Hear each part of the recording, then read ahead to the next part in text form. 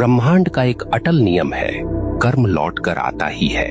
आप चाहें तो पर्वतों के पीछे छुप जाइए, आप चाहें तो महासागरों की गहराई में उतर जाइए, परंतु कर्म का चक्र आपको ढूंढ लेगा। क्योंकि यह संसार किसी राजा के कानून से नहीं चलता, यह चलता है ब्रह्मांड के न्याय से। और ब्रह्मांड का न्याय कैसा है? निर्दयी, निष्पक्ष और बिल्कुल सटीक। यह न तो रिश्वत लेता है, न पक्षपात करता है। जिसने जैसा बोया है वैसे ही काटना है। अक्सर लोग पूछते हैं, अगर कर्म इतना ही शक्तिशाली है तो क्या प्रार्थना, तपस्या या दान इसे बदल सकते हैं? सुनिए, प्रार्थना से आपका हृदय शुद्ध हो सकता है, तपस्या से आपका मन स्थिर हो सकता है, दान से आपके कर्मों में प्रकाश जुड़ सकता है, परंतु जो किया है उसका फल भुगते बिना कोई विकल्प नहीं। हाँ, आप उस फल को हल्का कर सकते हैं, उसके वार को धीमा कर सकते हैं, परंतु उससे भाग नहीं सकते। ब्रह्मांड की अदालत में तारीख टल सकती है, पर फैसला कभी रद्द नहीं होता। अब सोचिए, जब आप किसी इंसान के साथ अन्याय करते हैं तो वास्तव में क्या होता है? वह इंसान आपको कोसता है, उसकी आत्मा से निकली आह सीधी ब्रह्मांड तक पहुंचती है और ब्रह्मांड इसे दर्ज कर लेता है। अब वह आह आपके जीवन की राहों पर कांटे बनकर बिछती है। कभी वह आपके काम बिगाड़ देती है, कभी वह आपके घर में कलह भर देती है, कभी वह आपके मन को बेचैन कर देती है। और आप सोचते हैं ये सब क्यों हो रहा है, पर आपको याद नहीं रहता कि आपने किसी और की राह काटी थी। आप भूल गए, पर ब्रह्मांड ने नहीं भुलाया।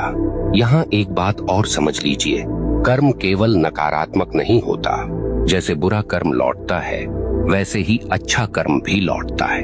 कभी किसी को सच्चे दिल से सहारा दिया तो वह सहारा एक दिन आपके लिए दीवार बनकर खड़ा हो जाएगा। कभी किसी का दिल सच्चे भाव से खुश किया तो वह खुशी आपके जीवन में रोशनी बनकर लौटेगी। ब्रह्मांड का यह न्याय इतना गहन है कि वह एक छोटी सी मुस्कान को भी व्यर्थ नहीं जाने देता, और न ही एक छोटे से अपमान को। यहाँ मैं आपको एक कठोर सत्य बताना चाहता हूँ, आपका कर्म केवल आपकी वर्तमान जिंदगी को प्रभावित नहीं करता, यह आपके अगले जन्म तक जाता है। हाँ, जो कर्म आपने अधूरे छोड़े हैं, जो गलतियां आपने स्वीकार नहीं की, जो दोष आपने ढोए पर सुधारे नहीं, वे सब अगले जीवन में भी साथ चलते हैं। इसलिए कहा गया है, मनुष्य अपने कर्मों का वारिस है। आप सोचते हैं मैं तो मर जाऊंगा, इससे किसे फर्क पड़ेगा? परंतु मरने से कर्म का खाता बंद नहीं होता, आपके शरीर का अंत होता है, पर आपकी आत्मा वही सब लेकर आगे बढ़ती है। ब्रह्मांड तब तक चैन नहीं लेता जब तक आपको आपके कर्मों का फल न दिला दे। अब आपसे एक प्रश्न पूछता हूँ, क्या आपने कभी देखा है कि कोई बच्चा जन्म लेते ही संघर्ष में होता है और कोई जन्म लेते ही वैभव में? क्या आपने कभी सोचा है क्यों कोई अपंग पैदा होता है और क्यों कोई जन्म से ही स्वस्थ और बलवान? क्यों कोई भूख में जन्म लेता है और क्यों कोई सोने की थाली लेकर? यह सब संयोग नहीं, यह सब कर्म का लेखा है। ब्रह्मांड किसी को बिना कारण दुख या सुख नहीं देता। अब एक और गहरी बात, कर्म केवल व्यक्तिगत नहीं, सामूहिक भी होता है। कभी आपने देखा है कि किसी पूरे समाज पर विपत्ति आती है, पूरा नगर डूब जाता है, पूरा गांव अकाल झेलता है, कभी कभी पूरे राष्ट्र पर संकट आता है। क्यों? क्योंकि उस समाज के सामूहिक कर्म का परिणाम वही होता है।